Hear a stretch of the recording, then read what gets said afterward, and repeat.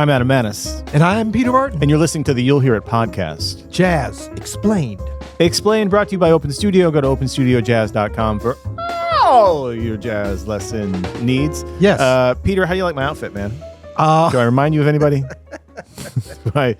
Yes, you do. Okay. Let's see. What is that? What is the famous male model that was just featured in Vogue? Hey, guys, here are my 20 greatest guitar intros of all time. Peter said I kind of look like our dear friend, Rick Beato. Did I say that? You said I have the work shirt. I've got the black T-shirt. I think it was dude, it's a compliment, man. Absolutely. I think it was just because you're both successful music commentary YouTubers. That's a wide spectrum you have of success there if you're talking about Beato on one end and me on the other. You guys are coming from the same place. Shout out Rick Beato. Still making amazing videos, by the way. His interview game has gotten better and better. Did you see his reaction to the Usher? Or did you know it's not Usher, it's Usher. Usher. I didn't know that. Yeah. And I did not see his reaction to the Super Bowl. Yeah, he had a really interesting thing where he's basically just like, Usher, and most of the artists that were featured in there are like 90s or late 90s, early 2000s artists. That's right. Which is like 20 years plus, which is pretty amazing. Yeah. And basically how you have to be like current artists that are really huge. I mean, who are the biggest like artists that have been launched on IG or TikTok or anywhere in the last couple of years?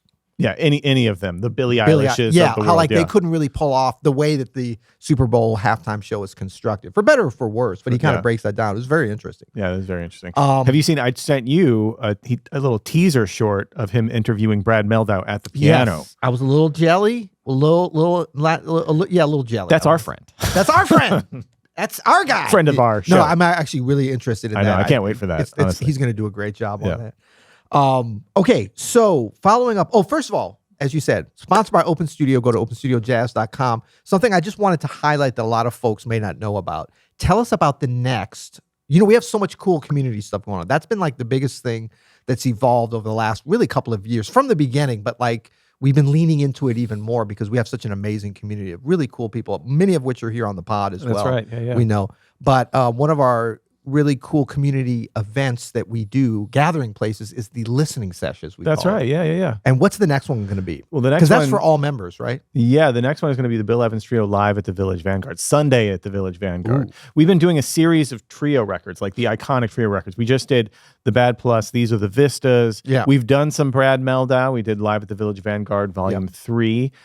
We've done some Oscar Peterson already. We did Duke Ellington, Max Roach, Charles Mingus, Money Jungle, and the very next listening session, which is the first Tuesday of every month. So the next one is going to be the first Tuesday in March. Cool. And it's going to be Sunday at the Village Vanguard. That Tuesday is, I'm vamping. Folks will figure it out. It's all good. It is March 5th. Yes. And it's available for all Open Studio members. So you don't have to be an Open Studio Pro members. Right. It's for all members. You can come on Tuesday. And it's live. It's live at 3 p.m. Eastern. We're going to be listening to the entire album. It's like we used to do here on YouTube and Facebook. Remember back in the day, back in the pandemic day? Yeah. But it's kind of, it's very hard to do that. I remember those we days. get kicked off of these I remember platforms. standing at my standing desk at my old house, drinking a mocktail, talking to my friend Peter Martin, interviewing Artemis for some reason. We were interviewing all these people too during that time. But due to copyright issues, very hard to do that. But on our bespoke site, openstudiojazz.com, we can do whatever we're kind of. We can do whatever. Kind of. We can certainly listen to this album, and it's actually a lot like when we watch videos here. We're going to watch Waltz for Debbie here in a couple of days. Yeah. But when we watch videos here and we talk about what's going on musically. So if you're an Open Studio member, join us over there, March 5th. Awesome. Okay, today we are talking about... You get that boom. Pretty hard there. Yeah. Don't make me call Demotion. I'll do it. I'll do it. I'm actually going to New Orleans next weekend. So partly a work trip to check in with DeBossier and Associates. Yes, check in with DeBossier. Yeah, they're actually suing me for making fun of them because they are a real law firm, as somebody pointed out. They offer liens against your basement insurance. And you're like, wait, there's no basement here. Today, we're giving you 3 essential elements to groove. Okay? 3 to groove. 3 to groove, right. But the thing is, I came in with 2 and you're like, we got to do 3. And then you have a surprise one that's unbeknownst to me. We're so confident that we are lockstep in groove, as we possibly were on the introduction. I think we were, that we're going to be able to dovetail right into your third one. But I was just thinking about, like, being able to groove is such a fun thing. Yeah. Like it's probably the funnest thing that connects a listener 100%. with a player. It's also it's the funnest way to play. Yeah. It's almost like, you're at a basketball game and you got courtside seats, and all of a sudden, the ref tosses you the ball and then you toss it into the player. I mean, that never happens probably, but occasionally it's like you're part of the game. I think in Groove, as players, for us to be able to understand that when we go to listen to music, no matter what kind it is, it's like, what is the connection between tapping your foot, between dancing, between feeling that groove with your heartbeat, that makes you want to get up and just move your body? Like, how do we connect with that? And what are the specific things that we can work on so that it starts to come out in our playing? Because we all look to different players, look to different records, and we're like, oh man, okay, Headhunters, that's grooving, right? Secrets, ever heard of it? Yeah, that's a grooving record, right? I'll tell you what, man, it's one of my favorite things to do. I always feel so lucky because right before I moved to New York, when I was 18 and 19, I spent a couple of years in a party band here in St. Louis called Son of Star Child. Shout out to Son of Star Child.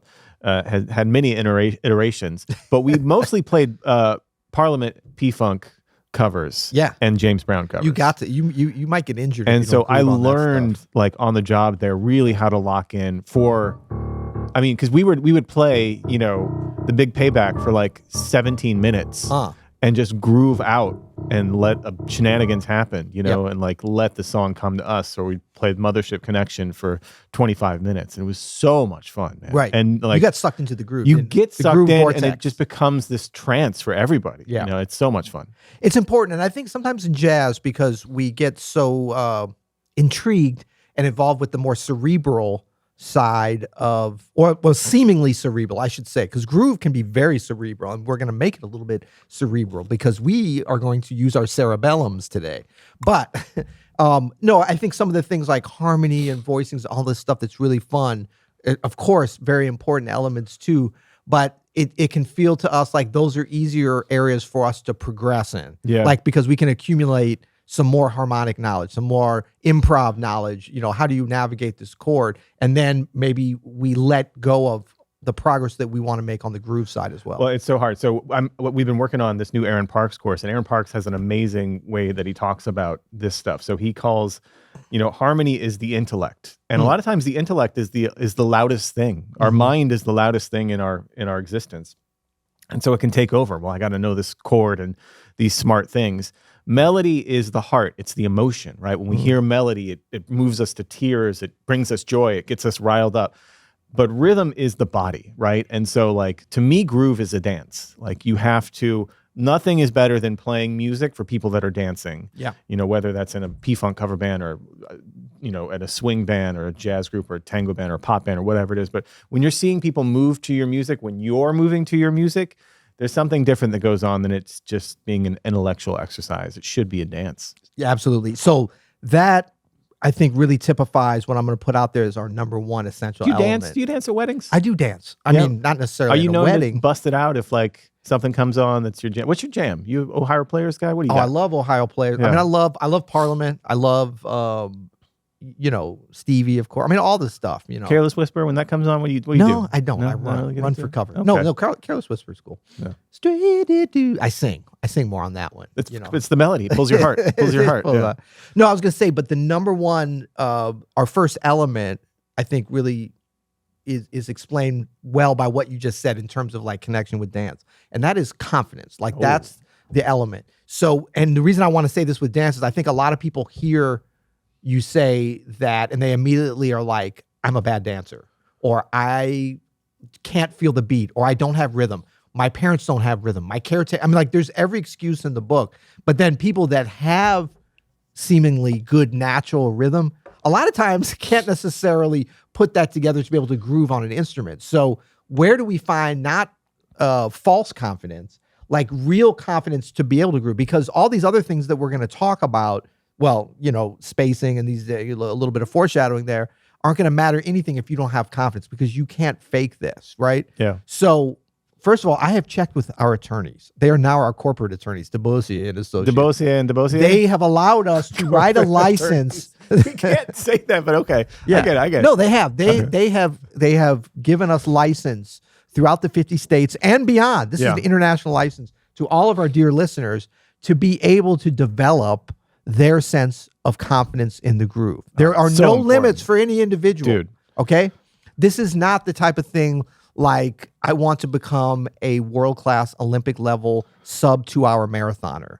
Like I can't give you a license to do that, but you can have a license to be able to develop your very deep sense of groove. That's right. On a near Olympic level. Yeah, man. And you have to be able to do that in order to have the confidence to be able to pull it off. Because if you don't have the confidence, even if you have every other skill that's associated with it, you're going to get anxiety. Did we talk about anxiety last week? We talked about anxiety. Yeah. Shout out to all the comments in the anxiety episode too. That was great. Speaking of confidence and dance, man, can I tell you a little story? Story time? Yeah. This involves, you mentioned like if you come from people that don't dance. I am very lucky. Both my parents have amazing rhythm. They're both great dancers. In fact, the night they met was at a disco in South County, 1975. Nice. Disco called Hondo's. My dad saw my mom, the lovely Deborah Barth, across the room, and Lester, my dad, didn't have any money, but there was a hustle competition. Think about this. They're probably 20 years younger than you are right now. I don't want to think They're probably about that. closer to the age of your children I don't want to think about than this. they are to you. Let me just tell the nice story. I don't want to think about death right now. No, I'm saying just think about the fact that they were so young. They were kids. They were kids. My dad saw my mom across the room, fell in love instantly. He had no money to buy drinks. And this is how the story goes. Story keeps getting better year after year. But there was a hustle competition that night, and you would win a nice bottle of champagne, nice in many air quotes. And he grabbed my mom, said, "Was that one of the Missouri champagnes from the Missouri River Valley?" I think it's officially sparkling Budweiser at that point. No, but he was flirting with my mom. He was like, wanted to buy her a drink, but instead he said, let's go win this competition. They entered, they won, they had the bottle of champagne, married 3 months later. It's been 47 and then you were born years. 4 months later. Yeah, Super born a couple of years later. But yeah. Isn't that amazing though? Talk That's about so confidence. Cool. Right. Les Manis. Shout out to Lester Manis for the confidence and for the dancing skills. Absolutely. So, okay, well, now you just killed everybody else's confidence because what I was saying is man. You don't have to come from great dancers, but you did. Have the confidence of a Lester Manis, right? Like, you see what you want. But that's your daddy. Yeah. Who's your daddy? It's good stuff, man. Les Manis. Good guy. Right. Okay. So what do you do? How do you develop confidence with your sense of groove if you don't have a Les Manis, let's say? I think, honestly... Am I asking the wrong person? Perhaps. I have innate confidence in my ability to. No, it's one of these things that you can develop it like anything else by spending time. Like if you put some value to it, like I want to be able to groove harder. Yeah. So identify that and then work on that every day. Right. You could do exactly like if you put on any Parliament or Funkadelic record and you picked any tune and you said, I'm just going to learn this song. They're usually 1 or 2 chords, right? Maybe 3 or 4. Yep. And you say, I'm going to spend a week just grooving to Parliament Funkadelic or James Brown. Yeah. Or Morris Day and the Time. Like one of these bands that just is like unstoppable grooves, right? Yeah. Like you can spend some time in that groove. And I mean, maybe it's just a Paul Chambers. Like maybe it's, well, I was going to say, it doesn't have to be that kind of thing, but whatever it is that you want to, maybe it's Metallica. Like it can be a band that is grooving in their own way, you know? Yeah. Yeah. So I was going to say like number 2, the second element I thought was space, was thinking about that would be helpful for folks would be spacing. So like that's something that has some commonality between Metallica, Stevie Wonder, Parliament, Paul Chambers, like certain classical music groove, like any music that grooves, which potentially is almost any kind of music that we're going to be involved with, I think, on a certain level, even stuff that's more like free form or whatever. I mean, there's tight grooves and there's not, but there's always some kind of space. Like, so when we were playing at the beginning, so those notes I just played, like what made that groove? Space between them, confidence. Right. Also, we'll get to our number 3 later. Because these are very, anyone can learn this bass line. This is like the most basic bass line, right? That's 8 notes. Yeah. But the spacing in terms of like, what's the tempo, right? Yep. And it doesn't have to be metronomic, because if you put on a metronome like this, that's not going to be grooving. What makes this groove? Yeah, and in fact, some of the greatest grooves are not metronomic. Right. They wouldn't fit with a metronome. But the spacing, and this is what you can learn from like funk grooves and stuff that are based upon 16th notes. 100%. I think, and bring to jazz that are more based upon seemingly 8th note triplet, right? You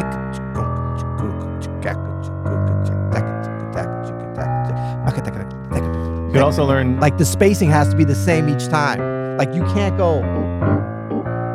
You heard I just killed the groove. Oh, you had a little ugly face there. It was not good. I tried to fit in there and it didn't work. It was hard for me, believe me. Yeah. But it's like no, but because of repetition. Yeah. It was. You know what I'm saying? Can I just say though, anytime Peter ever has to demonstrate something that's bad, he can't do it. He can't do it. But that's the way it should be, right? Yeah. It is. You're like that too. I mean, that's not like that. No. I can easily play bad. No. But it like it should hurt you. It's like if it doesn't feel right. If you're an English editor of the English language, and like you see like the word through written with the wrong, to me it doesn't mean anything. Oh, close enough. I wouldn't know that, but it would bother somebody. Like it would jump out at the page. Totally. And so this should be, and so I think developing that confidence is about connecting your ear with what your hands are doing, or your mouth, like what you're playing on the instrument. And developing that sense of space is by listening to grooves, to playing along with records that have a groove, especially those, like you were saying, funk records where there's like 16th notes happening or triplets happening. I would say too, like I've gotten a lot from playing along with Brazilian recordings. Like play that same bass line. Right. Oh, just the same one you were doing.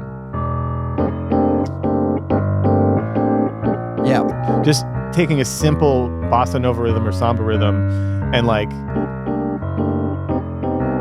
most basic version, but feeling that half note. Yep.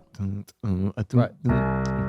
Playing along with Edu Ribeiro, Open Studio artist, it makes you groove harder than you think you can. For sure. Yeah, and I think the intentionality of it, and also the attentionality. Yeah. Like in terms of like as you're playing along with something, like where are you putting your attention? You're talking about Parliament Funkadelic. If it's like, what is it?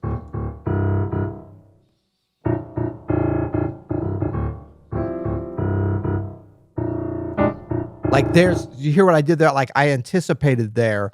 So I already broke up the groove because I was paying attention to the harmony. Yeah. So it's not that you don't need to know the harmony or play that, but when you're working on the groove, you want to pay attention just to like repeating the same thing and not being like, oh, well, this is easy. Like, how can I place this right in the groove for 25 minutes, like you said, on a gig or something? But how do you do that when you practice? So you don't have to worry about the harmony. You don't have to worry about the notes. It's boom, boom, boom, boom. But what are you doing? Like in between those places, right? Like you don't have the drums or the vocals. Can I get you to dance? Can I dance with it? So this comes to our number 3, which is my sort of addition to this, and that's understanding sort of the rhythmic vocabulary of the music you're trying to play. In the case of the groove you're playing there, Parliament Funkadelic. In the case of most Black American music, in the case of the samba, the bossa nova, what you're really feeling, the most important thing is the one. So even when you're playing a groove like that, where everything is off the one, it is off the one, but the one is this is why James Brown is like on the one. Is Parliament is on the one. Right. It all starts with a big crash cymbal on the one every 4 bars, every 8 bars. Right? Yeah. And we're just even when it lays into it, right? Like you can feel that. Everything else is off of that one. Like it has to be on the one. If you're doing it so that the one is nebulous, the groove gets lost so fast. And maybe not for musicians. This is how musicians do like metronomic things that are crazy and feel weird. It's also why that kind of music is not usually universally loved by a broader audience, because people get lost with the groove. And that's not to say that it's worse or better or anything else. It's just saying that like rhythm is a dance. Yep. And most people feel rhythm and feel the dance on the one. Right. No matter where you are, things happen on the one. Of course, in Brazil, things can happen on the 2. Like things can happen anywhere, but there's usually a landmark beat. We can call it that. There's like a rhythmic pattern indicator, whether it's played overtly or not there, with a lot of these different grooves that we're talking about that would fit into one, even if no one's ever playing, even if it's avoided for some reason. That's right. Even if the clave is like not is off from that. Yeah. There's something there that is like the lock for the dancer, right? And look what you're doing there. You're rocking. That's the backbeat too. Right, exactly. There's I mean, if you think about, again, if we go back to samba, uns, dois. Yep. Uns, dois. Like there's this rock to it that needs to be there for the dancer. So I think for me, grooving, again, I know we've said this 100 times already this episode, it is the dance. Yeah. It's the hustle. Yep. It's like, it's all about finding that rock back and forth. Yeah. And I mean, it makes it fun. And I think that, the confidence really can come out of connecting with that dance immediately. Like everybody can do that. Even if you're embarrassed to do that in public, even if you feel like you're never going to be able to get on the dance floor, that's not really the kind of dance we're talking about. I mean, I think it can be manifested in that, and it should be in certain styles of music. I mean, if we play like what we started with, you know, I don't necessarily people to get on the dance floor and be like, you know, but you should be like tapping your foot. There should be something like there should be that, you know, that thing that brings a smile to your face, not just based upon the blues or the changes that you're playing, but like that's a groove. That's my groove. That's my jam. Even things that aren't like, you know, traditional Black American music, but are more like European classical music, like the waltz. You know, again, it's still that rock back and forth. You wouldn't go like 1, 2, 3, 1, 2, 3, 1. It's 1, 2, 3, 1, 2, 3, and it's like it's 1, 2, 3, 2, 2, 3. One. It's just a sway back and forth. It's in all music. If you want to movement, right? It's movement, it's forward propulsion, and it's these landmarks of the groove, and it's the rhythmic language. You got to know. Like we were talking. This is the placement that we put all the other cool stuff, the harmony, the melody and stuff. Like this is what are you placing it in? It's kind of like, man, I've got all these different ideas, and I'm looking at a calendar of the whole year. I want to go to this place. I want to do this, but it's just like a jumbled mess here. It's like, how do you place it in there? Because time is just going to keep going. Like, oh wait, let's move this around. Let's play. But you have to understand that time continuum, that rhythmic continuum, and you have to understand it in the context of the music you're playing. Like Peter, we mentioned before the show, like. You have such a great groove. You're such a strong player. But if we put you in the context of like a hardcore band, like a hardcore music fan would probably not find your groove to be in the pocket, because that kind of music has a crazy like front of the foot kind of pocket. Same thing if you were to do like even classical music. Like we have so many classical music friends from the orchestra over here. Whenever they hear someone who's not a classical musician play like Bach or something, they're like, nah, it doesn't quite feel right. You know, like it doesn't have the rhythmic. And even though that's looser, there's no on the one for that, but there is to them. There is something that has to happen to make it feel and with good. that groove, like, oh, look at this guy. You know, like there's when you come breaths. to the end, and the breath actually affects the groove a little bit. Whereas like dun, dun, dun, like nothing, like everything is gonna. You might be but like that boom is like it's a tighter kind of groove. This is a different groove, right? 100%. But it has to be. You have to find what that is. Listen to it. There has to be some part of your body that's connected with that. Yeah, exactly right. Yeah, I love it, man. I love a groove. I love a groove. Groove is great. No, and it's like we don't talk about it enough, and so we don't want our dear listeners and dear viewers. Hey, if you're listening to this and you haven't seen us, hey, lucky you. Come on. No, but go check us out. Leave us a comment. Leave us a gala. We had some gala. It's gala. Okay, gala. It's gala. Gala. Which is gentlemen and ladies agreement, which just means that you're going to subscribe. It means that you have subscribed. It means that you have it here. What I don't want to see is people putting gala and they haven't subscribed to the YouTube channel, because that's free, right? You know what I'm saying? Yeah. That's all we're asking for. Nothing's free. And world peace. No, that's true. Nothing is free. nothing in this world is free. But please consider doing that. We meet over at the YouTube. We've had some wonderful comments. Yet again, we have not gotten in there and mixed it up, but we read almost all the comments. Thank you guys for the cool comments about the anxiety. I had a little anxiety about that episode, but the beautiful comments that folks gave us, it was beautiful, alleviated my anxiety. That was knew a fun it episode. would too. Yeah, I was so happy that you shared what you shared, and we talked about what we talked about. It was great. Yeah. So that's the bespoke. You'll hear it. There's been a little confusion about that too. So quickly to clear it up, You'll Hear It has its own YouTube channel, separate from outside of the Open Studio channel. Exactly. Yeah. Until next time. Open Studio. You'll hear it. That's good. Groove. On the one.